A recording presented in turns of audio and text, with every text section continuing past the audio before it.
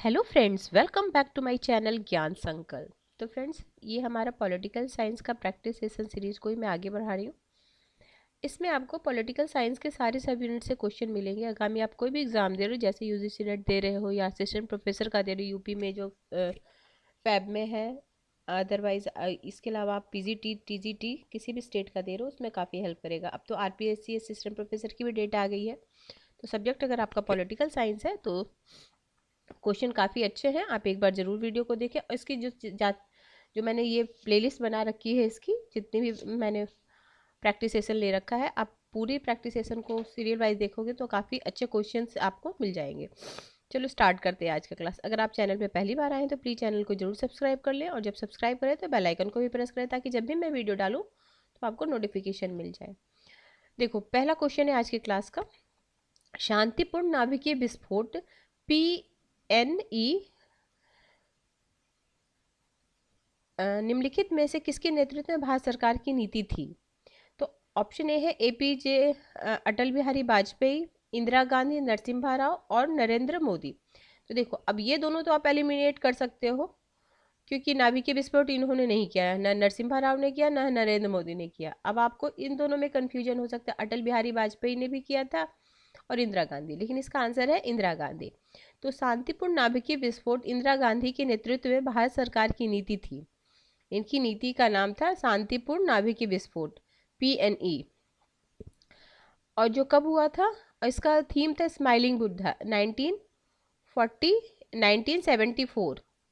शांतिपूर्ण परीक्षण किया गया। भारत विश्व का एकमात्र राज्य जिसने शांतिपूर्ण परीक्षण का दावा किया, क्योंकि भारत द्वारा यह स्पष्ट कहा गया कि परमाणु हथियार का निर्माण नहीं करेगा, लेकिन परमाणु हथियार के विषय में सभी विकल्पों को खुला रखने की नीति की घोषणा की। ठीक है, आगे चलते हैं। क्वेश्चन नंबर 71, निम्नलिखित में से कौन सी योजनाएं वर्तमान केंद्र सरकार द्वारा शुरू की गई है? तो ये आपका 2022 का क्वेश्चन है यूजीसी नेट का। तो उस समय कौन कौन सी योजना है उसको हमें करना है। देखो, ऑप्शन है और मैंने सारी योजनाओं को ना शॉर्ट्स के थ्रू डाल रखा है। इसके अलावा भी अभी रिसेंट वाली योजना, वो उसमें आपको 2017 तक की योजना, 17 नहीं 20 तक की योजना मिलेगी। उसके बाद की योजना उसको भी मैं डाल दूंगी, क्योंकि योजना से भी रिलेटेड क्वेश्चन आपके बनते हैं, एक क्वेश्चन तो बनते ही बनते हैं। तो देखो, अभी सबका आपको डेट भी याद होना चाहिए कि कौन कौन कब कब हुआ था। देखो, प्रधानमंत्री आवास योजना, किसान न्याय योजना, प्रधानमंत्री गरीब कल्याण योजना, मेरी पॉलिसी मेरा हाथ। तो ये क्या पूछा जा रहा है, निम्नलिखित कौन सी योजना वर्तमान केंद्र सरकार द्वारा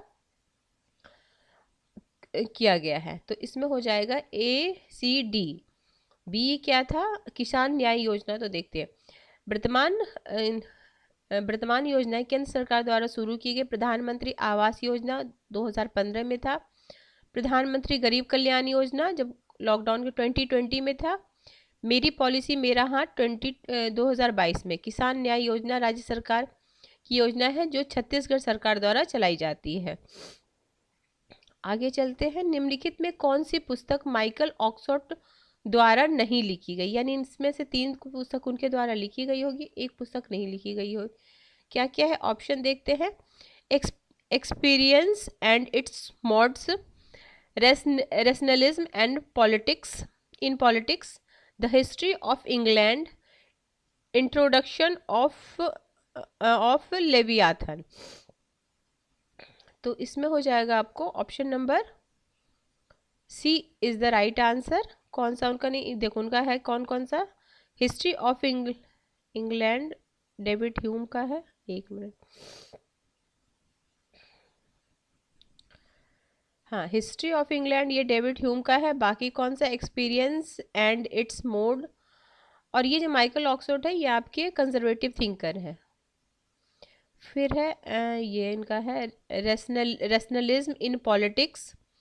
फिर है इंट्रोडक्शन ऑफ लेवियाथन और एक्सपीरियंस एंड इट्स मोड। ये इनकी बुक है, आप ध्यान रखना। आगे है क्वेश्चन नंबर 73, संविधान के अनुच्छेद 169 निम्नलिखित के उन्मूलन अथवा सृजन का उपबंध करता है। तो ये विधान परिषद के सृजन और उसके उन्मूलन की बात करता है। आगे अब ये भी याद रखना, अभी 6 राज्यों में आपका विधान परिषद है। कौन कौन से राज्य हैं? उत्तर प्रदेश है, बिहार है, महाराष्ट्र है, कर्नाटक है, आंध्र प्रदेश है, तेलंगाना। ये 6 राज्य में द्विसदनीय है, यानी विधान परिषद भी है।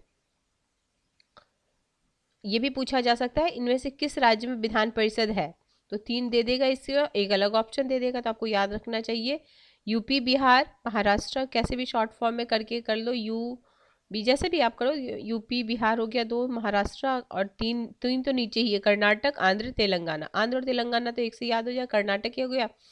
बाकी यूपी, बिहार, मध्य प्रदेश, महाराष्ट्र, कर्नाटक, आंध्र प्रदेश, तेलंगाना। आगे चलते हैं, 2 कथन दिया गया है।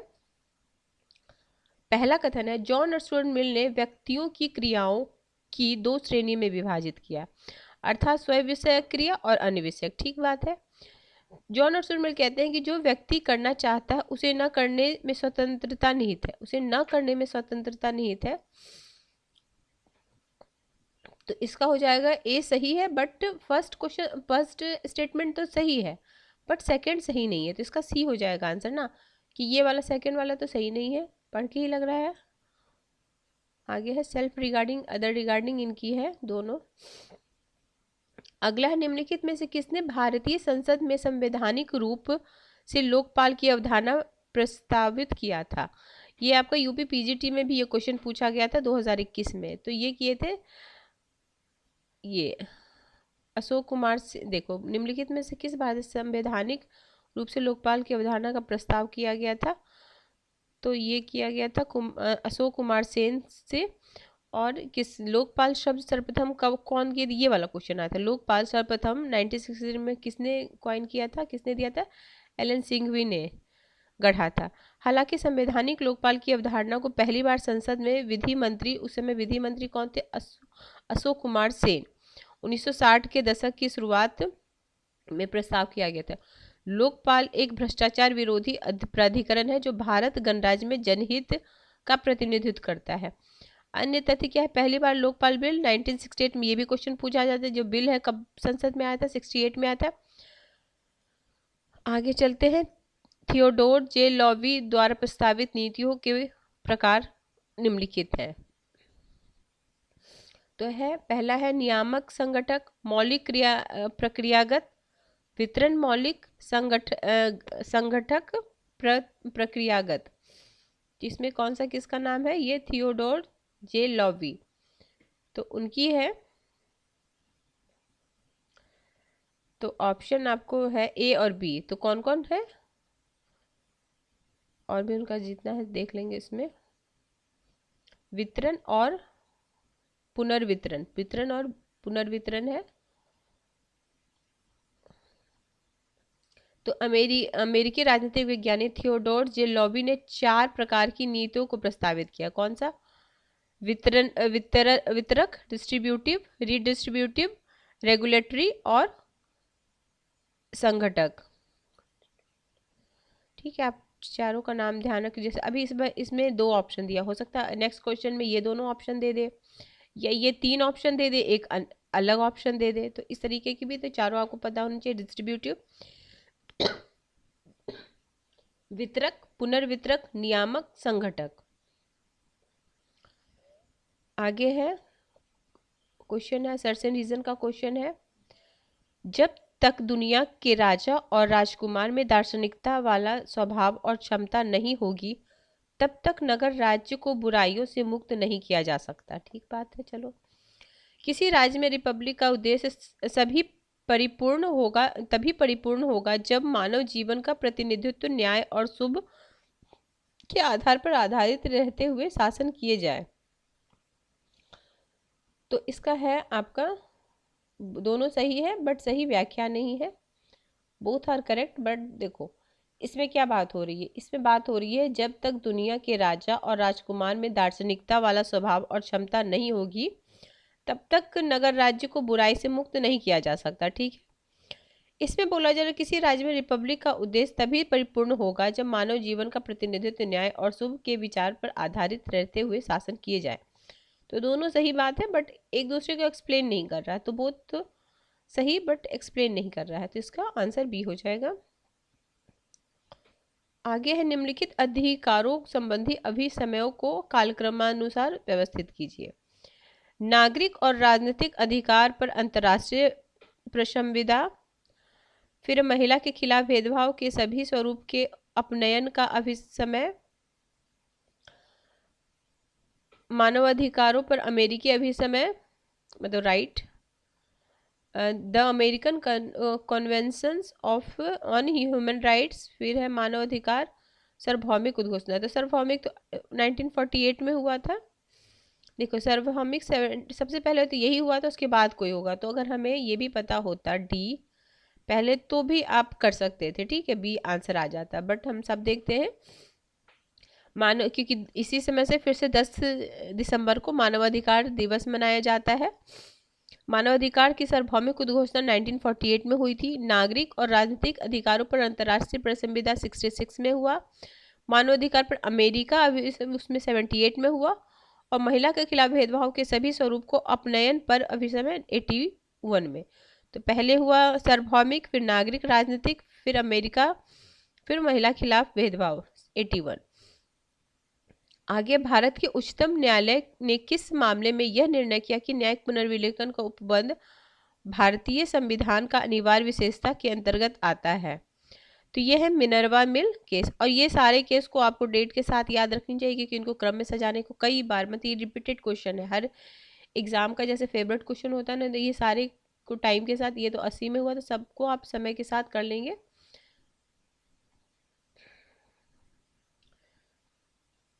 आगे निम्नलिखित में से कौन से विचारक सांस्कृतिक क्रांति के भाग हैं? कौन से विचारक, निम्नलिखित में से कौन से विचार सांस्कृतिक क्रांति के भाग है? सांस्कृतिक क्रांति देखो, बच्चे नए समाज के मालिक मास्टर है, ठीक है। भूमि सुधार हेतु मात्र निर्धन किसान की मूल कारक होते हैं और उनके ऊपर विश्वास। सामंती अधीन के अंतर्गत विवाह एवं बर्बर अमानवीय संस्था है। महिला घरेलू कार्यों हेतु नियत होती है। तो ये क्या पूछा जा रहा है, कौन सा विचार सांस्कृतिक क्रांति में भाग लिया है? तो ये वाला नहीं होगा, बस ए, बी और सी। कौन कौन सा है? Child are the master of new society, B हो जाएगा, और सी हो जाएगा, ए बी सी। देखो निम्नलिखित विचार सांस्कृतिक क्रांति का भाग है। बच्चे नए समाज के मास्टर, भूमि सुधार हेतु निर्धन किसान मूल कारक होते हैं और उनके ऊपर ही विश्वास किया जाना चाहिए। सामंती अधीनता के अंतर्गत विवाह एक बर्बर और अमानवीय संस्था है। महिला न सिर्फ घरेलू कार्य हेतु बल्कि बाहरी कार्य हेतु है। तो ये वाला ठीक है, इसको नहीं था ना।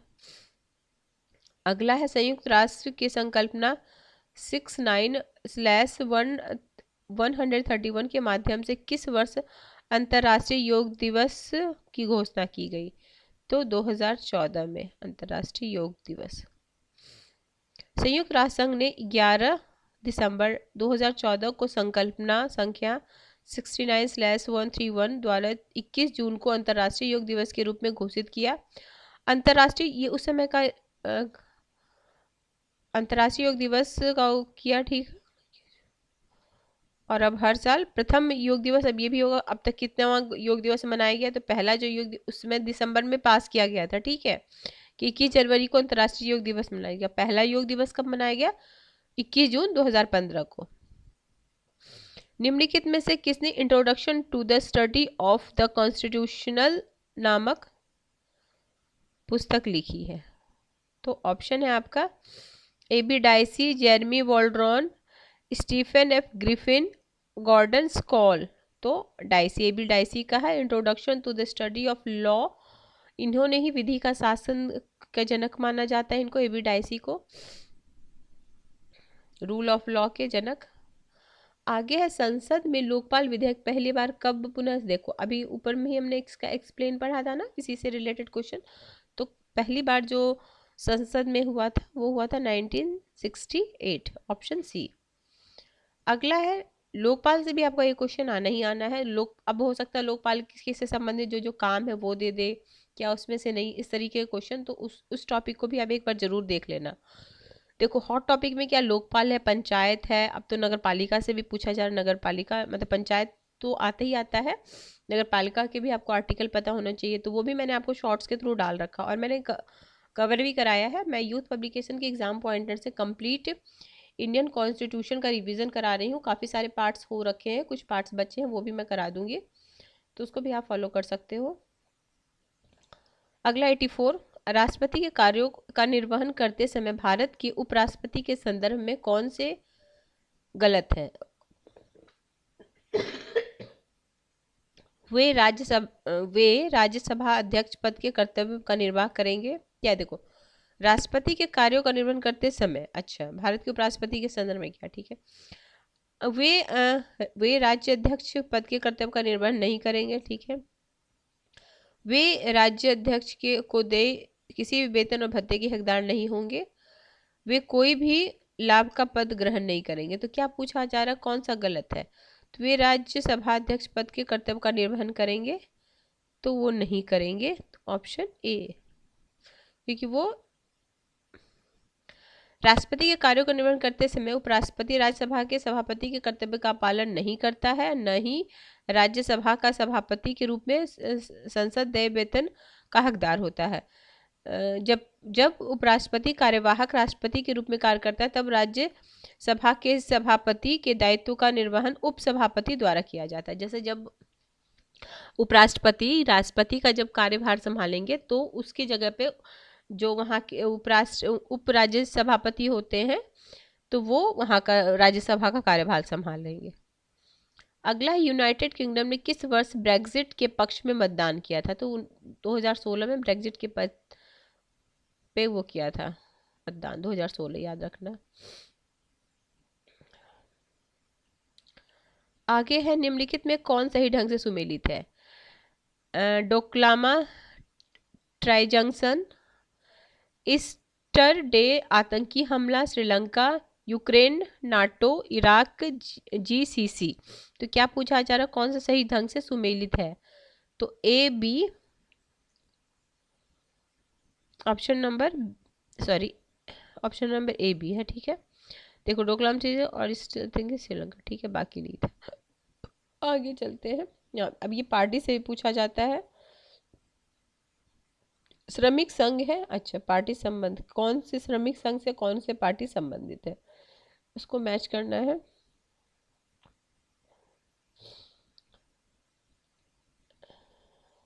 तो देखो, श्रमिक संघ है और इधर है पार्टी है।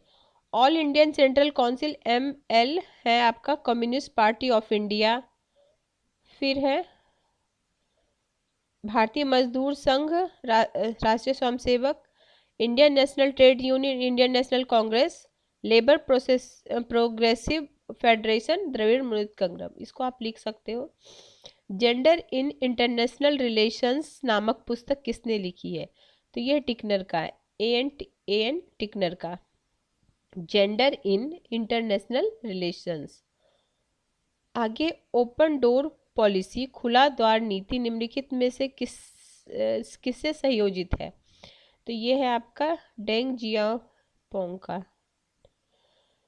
ओपन डोर खुला द्वार नीति 1978 में डेंग जियाओपोंग की सहयोजित चीन की अर्थव्यवस्था को सुदृढ़ करने के लिए यह नीति अपनाई गई थी। अगला, निम्नलिखित में से कौन सही है? संरचनात्मक उपागम अर्थव्यवस्था एवं दक्षता पर केंद्रित होते हैं, कौन सही है पूछा जा रहा है। मानवीय संबंध संगठन के कार्य कर रहे लोगों के बीच संबंध से संबंधित होते हैं, ठीक है। व्यवहारिक उपागम प्रशासन के विकास जिसको अध्ययन करते हैं पर बल देते हैं। डी है आपका।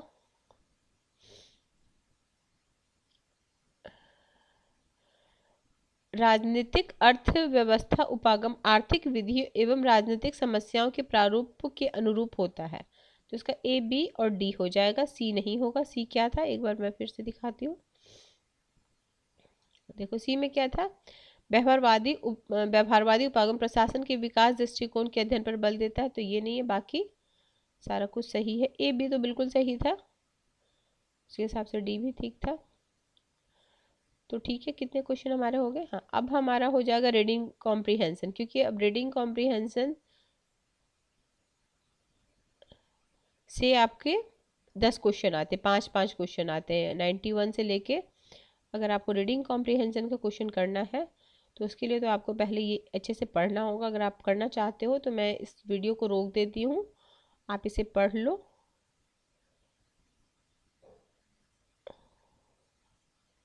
इसे पढ़ो एक बार, आप वीडियो को रोक लेना, फिर इसको पढ़ना, उसके बाद देखो क्वेश्चन।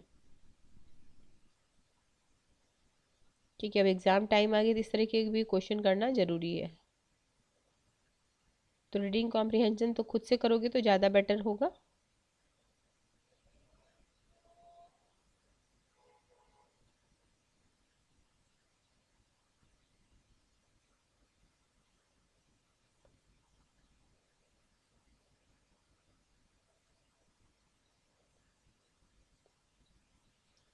अब क्वेश्चन आपको देखना होगा।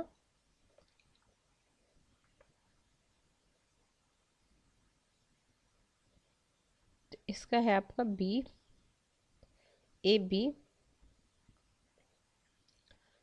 फिर है इसका आपका डी, स्विट्जरलैंड,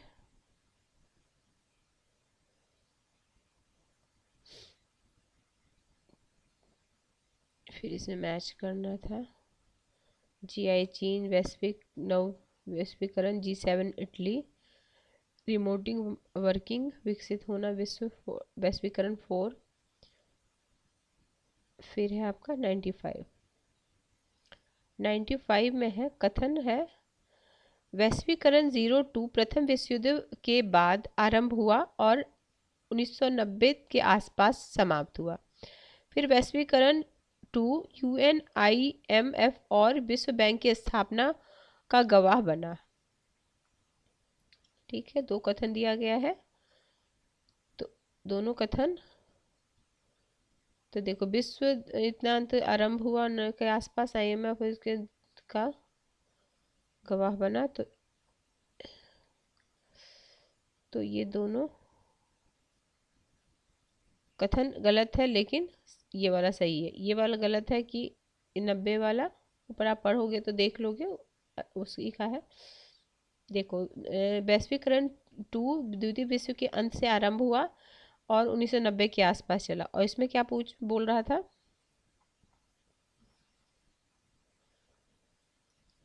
समाप्त हुआ, तो ये नहीं होगा। ठीक है, अब दूसरा वाला ये क्या नाम है, पैराग्राफ एक बार मैं पढ़ के आपको बताती हूँ। पैराग्राफ काफ़ी लंबा है, रुक जाओ मैं एक बार पढ़ देती हूँ। देखो, सुशासन की 8 प्रमुख विशेषताएं हैं।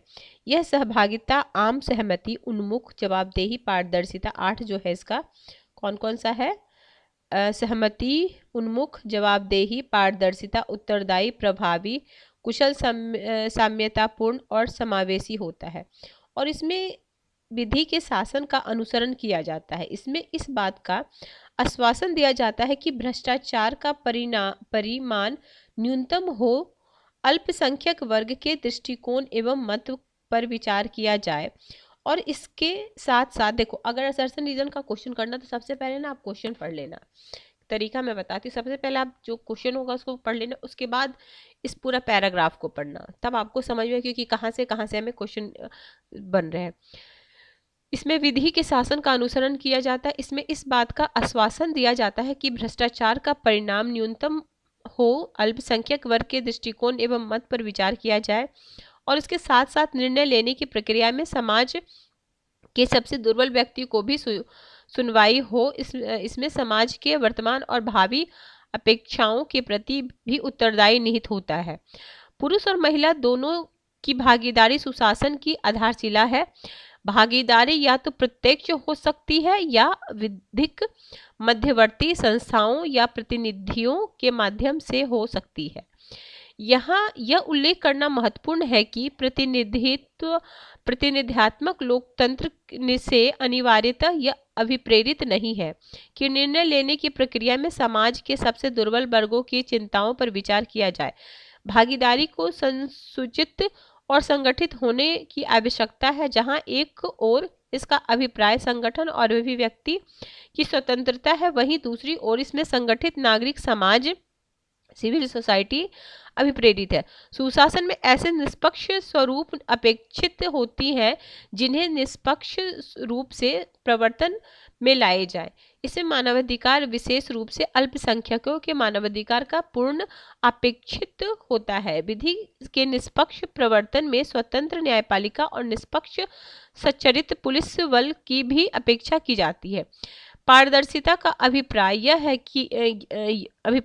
कि लिए गए निर्णय तथा उनके प्रवर्तन इस रीति से किया जाए जिसमें नियमावली और विनियमों का अनुसरण किया जाए।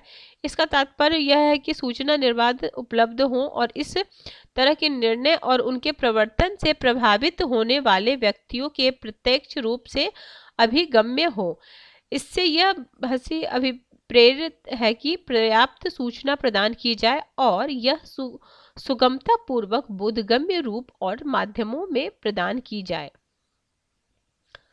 ठीक है, आगे है सुशासन की अपेक्षा की जाती है कि संस्था और प्रक्रियाओं के माध्यम से सभी हितधारकों की उचित समय सीमा के भीतर सेवा करने का प्रयास किया जाए। किसी भी समाज में विशेष अनेक कार्यकर्ताओं और बहुत से दृष्टिकोण विद्यमान होते। सुशासन से पूरे समुदाय के सर्वोत्तम हित में समाज में व्यापक सहमति बनाने के लिए समाज में विभिन्न हितज्ञों और हस्तक्षेप अपेक्षित होता है। साथ ही इन हितों की प्राप्ति के तरीकों का भी उल्लेख किए जाने की अपेक्षा की जाती है। इसमें संधारणीय मानव विकास के लिए अपेक्षित व्यापक और दीर्घकालीन परिप्रेक्ष्य तथा इदस तरह के विकास लक्ष्यों की प्राप्ति के साधनों का उल्लेख भी अपेक्षित होता है। यह किसी समाज या समुदाय विशेष में ऐतिहासिक, सांस्कृतिक और सामाजिक संदर्भों के बारे में सूझबूझ के फलस्वरूप ही संभव हो सकता है। किसी भी समाज की भलाई इस बात को सुनिश्चित करने पर निर्भर होता है कि उसके सभी सदस्यों में यह भाव प्रबल हो कि उसमें उनका हित सम्मिलित है और वे समाज की मुख्य धारा से बहिष्कृत महसूस नहीं करते। इनके लिए आवश्यक है सभी समूह, विशेष रूप से सर्वाधिक दुर्लभ और अपेक्षित समूह के लोग, अपनी भलाई में सुधार लाने और अक्षुण्ण बनाए रखने के अवसर उपलब्ध हों। सुशासन से अभिप्रेत है कि प्रक्रिया और संस्थान परिमाणोत्पादी हो जिससे संसाधनों का इष्टतम उपयोग करने के क्रम में समाज की अपेक्षाएं पूरी हो। सुशासन के संदर्भ में दक्षता की संकल्पना में प्राकृतिक संसाधनों का धारणीय उपयोग और पर्यावरण का संरक्षण भी सम्मिलित हो।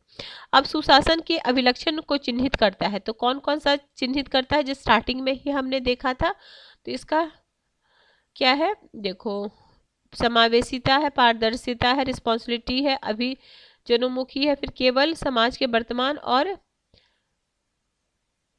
क्या, केवल समाज के वर्तमान और 8 इसमें दिया हुआ था ना, तो डी हो जाएगा उसके हिसाब से। ये आठों सुशासन का देख लेना, ए बी, क्योंकि ये सब नहीं था। देखो आठों इसमें, फिर इसमें भी दिया हुआ है एक्सप्लेन में 8 जो दे है। भागीदारी, उत्तरदायी, पारदर्शिता, जवाबदेही, प्रभावी कुशलता है, कानून शासन है, न्याय संगतता, समावेश है, आम सहमति है, भागीदारी। तो उसका डी आंसर है। आगे है असर्शन रीजन का है।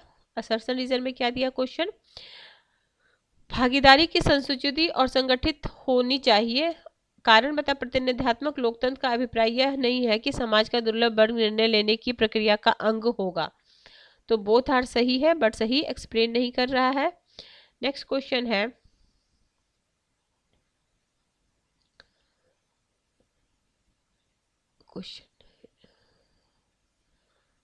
क्वेश्चन 98 है ना।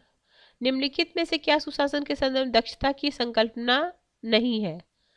दक्षता की संकल्पना नहीं है, तो इसमें है आपका समाज की मुख्य धारा से बहिष्कार, ये नहीं है। तो क्या क्या, पर्यावरण संरक्षण है, प्राकृतिक संसाधनों का साधारणीय उपयोग है, और फिर समाज के संदर्भ में समझ है। और 99वां क्वेश्चन है, निम्नलिखित में कौन सी विशेषता विलक्षण संबंधित है। तो ये है आपका ए बी सी। निष्पक्ष और विधिक स्वरूप, निष्पक्षता और अल्पसंख्यक वर्ग का संरक्षण, केंद्रीकृत न्यायपालिका तंत्र, ऐसा कुछ नहीं था। पारदर्शिता की व्याख्या किस रूप में की जा सकती है। तो सूचना का प्रतिबंधित सीमित अभिगमन, ऑप्शन ए। तो ठीक है फ्रेंड्स, आज हमने 100 क्वेश्चन किए। नेक्स्ट क्लास में मैं आपको ये क्वेश्चन करा दूंगी, क्या है 2022 वाले 21-22 पहले मर्ज होके होता था ना यूजीसी नेट का, कोविड के बाद से। तो ठीक है फ्रेंड्स, किसी वजह से अगर ये चैनल आपको हेल्प कर रहा है तो ज़रूर चैनल को सब्सक्राइब कर ले, और जब सब्सक्राइब करें तो बेल आइकन को भी प्रेस करें, ताकि जब भी मैं वीडियो डालूँ तो आपको नोटिफिकेशन मिल जाए। तो मिलते हैं हम नेक्स्ट वीडियो में। Till then bye bye.